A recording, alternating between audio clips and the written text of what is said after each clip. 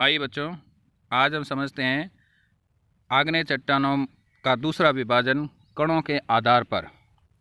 पिछले लेसन में हमने समझा था आग्नेय चट्टानें क्या होती है, इसकी कौन सी विशेषताएं होती है, इसके कितने प्रकार होते हैं। आग्नेय चट्टानों का हमने उत्पत्ति के आधार पर वर्गीकरण समझा, अंतर्जात और बहिर्जात आग्नेय चट्टानों का वर्गीकरण समझा। और आज हम आग्नेय चट्टानों का दूसरा वर्गीकरण कणों के आधार पर है, उसकी चर्चा करते हैं। कणों के आधार पर यानी बहुत बड़े कणों से लेकर और महीन कणों तक, यानी कणहीन ग्लॉसी प्रवृत्ति कांच जैसी जो आग्नेय चट्टानें होती है वहाँ तक इसका अलग अलग प्रकार है। और इस अलग अलग प्रकार की चट्टानें भी अलग अलग आग्नेय गुणों वाली आग्नेय चट्टानों के अलग अलग चट्टानों के उपविभाजन के रूप में पाई जाती हैं। देखते हैं, पहला जो है इसका विभाजन कणों के आधार पर है, उसको कहते हैं पैगमेटिटिक आग्नेय चट्टान। ये जो पैगमेटिटिक आग्नेय चट्टान है ये बहुत बड़े कणों वाली आग्नेय चट्टानें होती है। देखिए बच्चों, आग्नेय चट्टानों में कण और रवे पाए जाते हैं, जबकि अवसादी और परतदार चट्टानों में परतें पाई जाती है। तो आग्नेय चट्टानें पूर्ण रूप से परतहीन चट्टानें होती है। इसमें न तो जीवाश्म पाए जाते हैं और न ही किसी प्रकार की परतें पाई जाती है, लेकिन इसमें कण पाए जाते हैं जो कि अलग अलग रंगों वाले हो सकते हैं, जिनको रवे कहते हैं। तो पहला जो है पैगमेटिटिक है, ये बहुत बड़े कणों वाली चट्टान होती है और इस वर्ग में पैगमेटिटिक ग्रेनाइट, डायोराइट और साइनाइट को सम्मिलित किया जाता है। ये जो पैगमेटिटिक ग्रेनाइट, डायोराइट और साइनाइट है, इसमें बहुत बड़े कण पाए जाते हैं जो अलग अलग रंगों वाले होते हैं। चूँकि देखो ये चट्टानें बहुत हार्ड होती हैं, कठोर होती है, इनको काटना उतना ही मुश्किल होता है। और आपने देखा होगा अलग अलग रंगों वाले जो ग्रेनाइट होते हैं, उन ग्रेनाइट में अलग अलग रंगों की जो डिजाइन होती है वो डिजाइन उन्हीं कणों की होती है जो बड़े कणों के आकार में होती है। दूसरा है फेनेरिटिक है, ये बड़े कणों वाली आग्नेय सेल, बहुत बड़े कणों वाली आग्नेय सेल है उसको तो पैगमेटिटिक कहते हैं, लेकिन बड़े कणों वाली जो आग्नेय सेल होती है उसको फेनेरिटिक कहते हैं। और इस वर्ग में फेनेरिटिक ग्रेनाइट, फेनेरिटिक डायोराइट और फेनेरिटिक साइनाइट को सम्मिलित किया जाता है। मूल रूप से इन दोनों में कणों का आकार ही प्रमुख है। तीसरा है एफेनिटिक जो चट्टान है ये बारीक कणों वाली होती है और इस बारीक कणों वाली चट्टान में एफेनिटिक में बेसाल्ट और फेल्सपार वर्ग को सम्मिलित किया जाता है। ये आपको एज इट इज़ ऐसे के ऐसे रटना है, ये कई बार पूछा भी जाता है, तो इसको ऐसे ही रटना है जिसमें ग्लॉसी और पैगमेटिटिक के बारे में और फ्रैगमेंटल के बारे में कई बार क्वेश्चन आए हैं। तो एफेनिटिक जो चट्टान है बारीक कणों वाली, इसमें बेसाल्ट और फेल्सपार को सम्मिलित किया जाता है। चौथा जो इसका रूप है ग्लॉसी है, ये कणहीन सेल होती है, एक तरह से कांच के जैसी होती है, जिसको तोड़ने पर जैसे कांच टूटता है वैसे ही ये चटकदार होती है और कांच की तरह टूटती है। तो ये ग्लॉसी प्रकृति की होती है जिसमें कण बहुत ही महीन होते हैं, इसलिए इसको कणहीन जो है चट्टान कहा जाता है। इसमें ऑब्सीडियन है, पिच स्टोन है, प्यूमिका है और परलाइट है, ये मुख्य रूप से चट्टान वर्ग को सम्मिलित किया जाता है। पांचवा है पोरफाइरिटिक। तो इसमें जो है मिश्रित कणों वाली चट्टान है वो सम्मिलित है। मिश्रित कणों वाले में छोटे कण भी है, बड़े कण भी है, बारीक कण भी है और कहीं कहीं इसमें बीच में कणहीन जैसी भी स्थिति आ जाती है। इसमें इसे जैसे जो है ब्रेशिया या ओंग्लोमरेट जो चट्टान है उस चट्टान के रूप को हम पोरफाइरिटिक आग्नेय चट्टान कहते हैं। छठा जो इसका रूप है फ्रॉगमेंटल जो चट्टान है ये टुकड़ों वाली होती है। इन टुकड़ों वाली चट्टान के वर्ग में बम, लेपिली, ब्रेशिया या ओंग्लोमरेट, टफ, प्यूमिस और झामक से निर्मित जो चट्टानें होती है वो सारी जो है सम्मिलित की जाती है। फ्रॉगमेंटल जो है ये ज्वालामुखी उद्भेदन के बाद विस्तृत क्षेत्र में फैले हुए चट्टानी जो रूप होते हैं, टुकड़े होते हैं, छोटे छोटे पदार्थ होते हैं और ज्वालामुखी राख और जो धूल होती है उसकी धीरे धीरे धरातल पर है जो निक्षेपण के बाद जो चट्टानों का स्वरूप बनता है वो चट्टानों का स्वरूप फ्रॉगमेंटल आग्नेय चट्टान के रूप में बनता है। तो ये तो एक कणों के आधार पर, यानी बहुत बड़े कणों से लेकर महीन और कणहीन तक की जो दशाएं हैं, उन दशाओं के आधार पर इसके कई अलग अलग रूप और नाम हैं। तो इनको आपको ऐसे ही याद करने हैं, पेगमेटिटिक हो या फेनेरिटिक हो, एफेनिटिक, ग्लासी, पोरफायरिटिक और फ्रॉगमेटल जो चट्टानें हैं, इन चट्टानों में कौन कौन से उप विभाजन किए गए हैं, क्या क्या इनके नाम है, कौन कौन सी चट्टानें इन वर्गों में सम्मिलित है, इनको आपको ऐसे ही रटना है। फिर है रासायनिक संरचना के आधार पर जो चट्टानों के जो रूप हैं आग्नेय चट्टानों के, उनको मुख्य रूप से 4 वर्गों में बांटा गया है रासायनिक संरचना के आधार पर।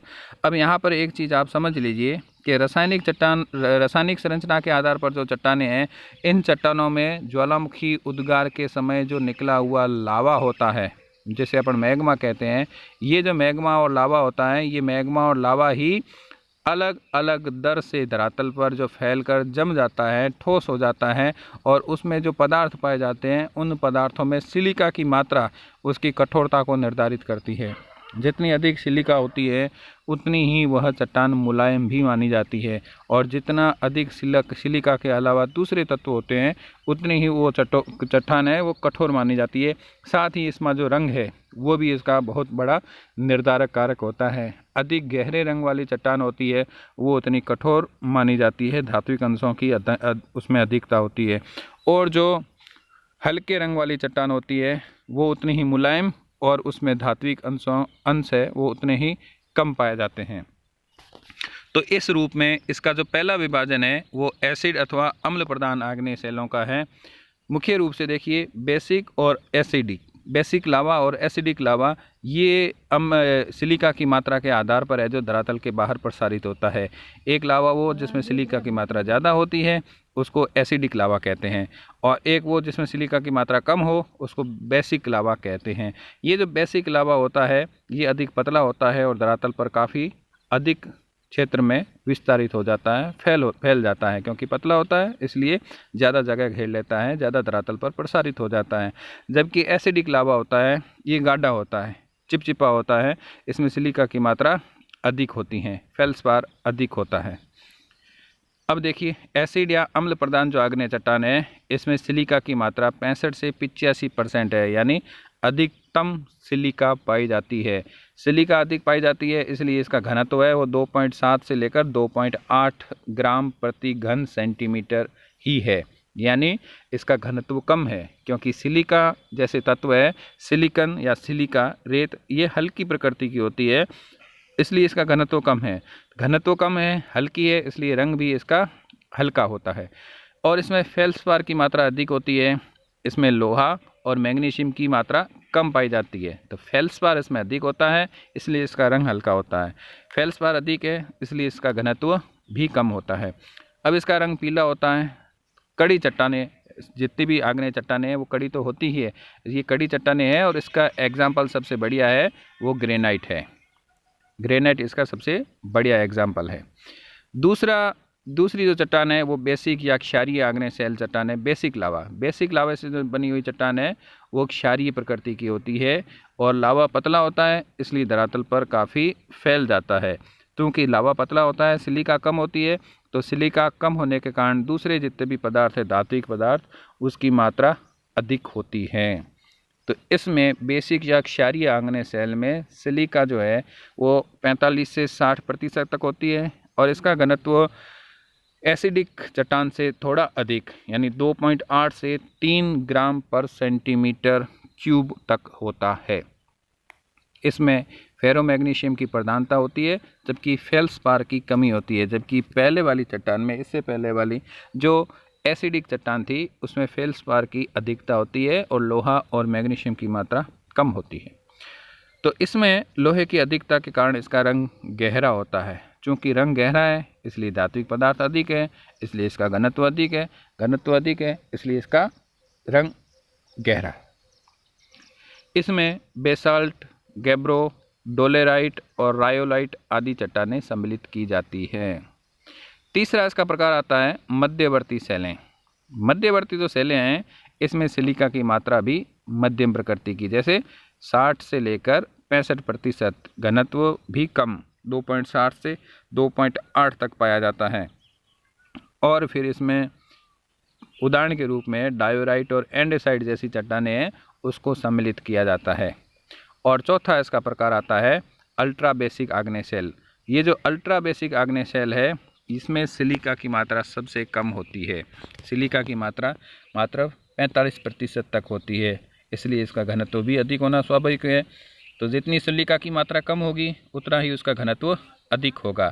तो इसलिए इसका घनत्व 2.8 से लेकर 3.4 ग्राम पर सेंटीमीटर क्यूब तक पाया जाता है। ये अल्ट्रा बेसिक आग्नेय जो चट्टान है, इसमें धात्विक अंश भी अधिक पाए जाते हैं। इसका रंग भी गहरा होता है। तो गहरा काला रंग, सिलिका 45%, घनत्व 2.8 से 3.4% तक पाया जाता है।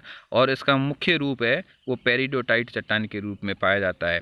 तो पेरिडोटाइट चट्टान है उसको अल्ट्रा बेसिक आग्नेय चट्टान कहते हैं, जबकि एंडेसाइट और डायोराइट को मध्यवर्ती आग्नेय चट्टान, बेसाल्ट, गैब्रोडोलेराइट और रायोलाइट को बेसिक या क्षारीय आग्नेय चट्टान, जबकि ग्रेनाइट है वो एसिडिक आग्नेय चट्टान के रूप में मानी जाती है। तो रासायनिक संरचना के आधार पर इसके 4 रूप थे।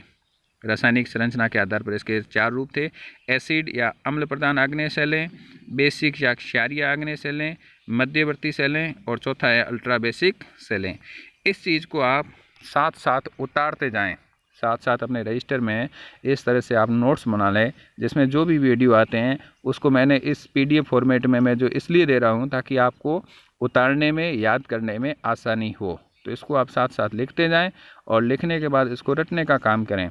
देखिए, हमने अभी समझा कणों के आधार पर जो चट्टानें थी उसको 6 भागों में बांटा गया था: पैगमेटिटिक, फेनेरिटिक, एफेनिटिटिक, ग्लॉसी, पोरफायरिटिक और फ्रैगमेंटल। तो इसमें कण है, उनकी साइज आपको याद रखनी है। पैगमेटिटिक चट्टान बहुत बड़े कणों वाली, फेनेरिटिक बड़े कणों वाली, अफेनिटिक बारीक कणों वाली, ग्लॉसी कणहीन कांच जैसी, और पोरफायरिटिक मिश्रित कणों वाली, और फ्रैगमेंटल है वो टुकड़ों वाली चट्टान होती है। और दूसरा विभाजन था इसका, वो हमने देखा रासायनिक संरचना के आधार पर। रासायनिक संरचना के आधार पर इसके 4 वर्ग थे: एसिड या अम्ल प्रधान आग्नेय सेल, जो अम्ल प्रधान लावे से निर्मित होती है, जिसमें सिलिका की मात्रा अधिक होती है क्योंकि ये लावा गाढ़ा होता है। बड़े गुंबद के रूप में, बड़े बड़े पिंडों के रूप में जो इस चट्टान का निर्माण होता है, इसका घनत्व कम होता है क्योंकि सिलिका अधिक होती है, इसमें फेल्सपार की मात्रा अधिक होती है, जबकि लोहा और मैग्नीशियम कम पाया जाता है। रंग पीला, और ये कठोर चट्टानें तो होती ही है, और इसका मुख्य उदाहरण है वो ग्रेनाइट। दूसरा बेसिक या क्षारीय आग्नेय सेल, सिलिका की मात्रा 40 से 60%, घनत्व 2.8 से 3 है क्योंकि लावा इसमें पतला होता है तो सिलिका कम होती है, इसलिए लावा फैलकर ज़्यादा दूरी तक विस्तारित हो जाता है। तो इसका चट्टानों का निर्माण का जो प्रक्रम है वो बड़े गुंबद के रूप में न होकर क्षैतिज रूप में विस्तारित फैला हुआ अधिक होता है। फेरो मैग्नीशियम की प्रधानता होती है, फेल्सपार की कमी होती है, लोहे की अधिकता के कारण इसका रंग गहरा होता है, काला और गहरा भूरा होता है। इसमें बेसाल्ट, गैब्रोडोलेराइट और रायोलाइट चट्टानें सम्मिलित की गई हैं। तीसरा आपके मध्यवर्ती आग्नेय सेल है, इसमें सिलिका की मात्रा 60 से 65%, घनत्व 2.7 से 2.8%, डायोराइट और एंडेसाइट मुख्य चट्टानें। और चौथा जो अल्ट्रा बेसिक आग्नेय चट्टानें है, उसमें सिलिका की मात्रा सबसे कम और धात्विक प्रधानता उतनी ही अधिक, इसलिए इसका घनत्व 2.8 से 3.4%, और इसका मुख्य रूप है वो पेरिडोटाइट चट्टान के रूप में है। इसलिए अब इसको आप वापस रजिस्टर में उतारिए और इसको वापस है जो नोट्स के रूप में याद करिए। अगले लेसन में हम इससे आगे जो है विस्तार से पढ़ेंगे।